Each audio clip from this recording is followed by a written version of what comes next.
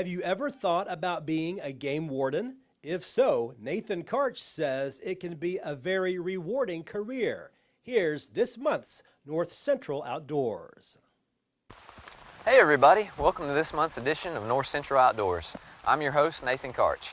Today I'm going to talk to you about a topic that's been brought to my attention countless times out in the field. I always get many questions about it, and that's, what does a TWRA game warden or wildlife officer do? What are our duties? And then I'll kind of touch on the hiring process, and if you're interested in becoming a game warden at some point, what you need to do to prepare to do that. So basically our duties are to enforce all the boating, hunting, and fishing laws in the state of Tennessee. And that differs from region to region. There's 4 regions in Tennessee. Starting from far west, you've got Region 1, ending up in East Tennessee, the far east, you've got Region 4. We're in Region 2.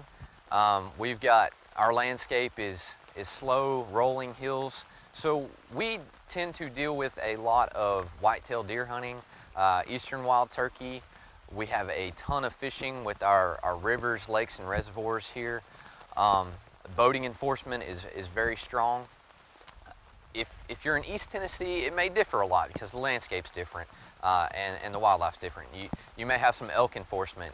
They work bear hunting very hard. You still have fishing, a little bit of waterfowl. We have a lot of waterfowl here, but nothing like West Tennessee where that's one of their big things to enforce. Where the Mississippi Flyway is, and they've got the Mississippi River, so it's very heavy.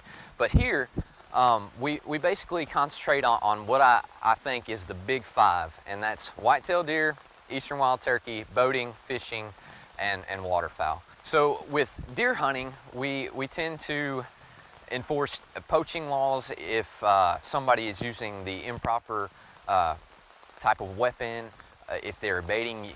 It's not illegal to bait, but it is illegal to bait while you're hunting.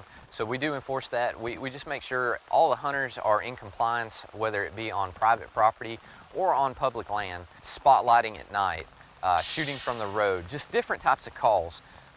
We get calls all the time about injured wildlife or a tip that somebody may be in violation. We'll go investigate that. So we rely on the public heavily to do our enforcement because our numbers are so low as officers.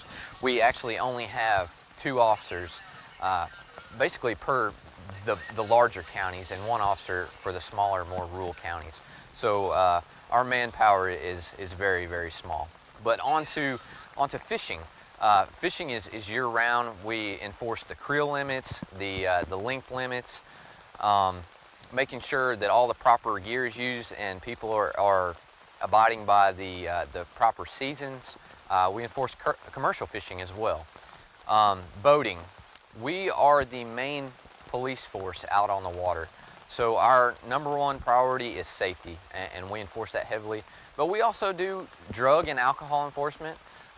We deal with assaults, domestic violence, and things of that nature as well. So we do act as state police officers, and we do help other agencies. On to turkey hunting. We kind of treat that the exact same as deer hunting. We enforce the poaching aspect of it, shooting from the road, shooting off the roost, baiting, and things of that nature. And then on to waterfowl. That is a federally enforced species. Because they migrate from Canada and into the U.S. So we deal with the federal game wardens and those laws and regulations with that and enforce all that. So now, to kind of tell you a little bit about how to become a game warden. If your passion is the outdoors and you don't like the thought of a desk job, game warden is for you. It's a extremely rewarding career if you like the conservation and preservation side of wildlife and you like law enforcement. So how to do that? Of course, you got to graduate from high school, and then if you're thinking about pursuing something like that, you have to obtain a bachelor's degree in wildlife or fishery sciences. Now, I went to Tennessee Tech, and it was an all-inclusive degree where it was wildlife and fishery sciences. If you go to another university that offers both, I would tend to stay on the wildlife side of it, because that's going to get you into the law enforcement and the game warden side of it, where the fisheries side is going to get you more to the fisheries department of TWRA. Both are fantastic departments, but if you want to become a game warden, do the wildlife. And with that degree, I know there's 4 universities that offer that degree. Lincoln Memorial University being the smallest, University of Tennessee Knoxville, University of Tennessee Martin, and then Tennessee Tech, of course. So once you get that, you can start applying. There has to be 5 positions open in the state for them to open up a wildlife officer position. We usually start the hiring process in early April. It's a 3-step process. The first interview will basically be an electronic submission of numerous outdoor questions and your work experience and skills. Based on that, they will select you for a second interview. The second interview will be an in-person interview where you'll be dealing with the colonel of TWRA, of the Boating and Law Enforcement Division, the assistant colonel of the Boating Division, and assistant colonel of the Law Enforcement Division. And they will just be asking you some very general questions to kind of reiterate the things you answered on that electronic submission. If you're then selected to go on to the final and third round, it will be a panel of the regional majors and then the higher ups as well, and they will just ask you all kinds of questions regarding the outdoors and wildlife and law enforcement. So that kind of just gives you an idea of what to expect if you want to pursue that. It is a tremendously rewarding career. I encourage anyone to pursue it. Also, they had a test that you had to take to get you an interview.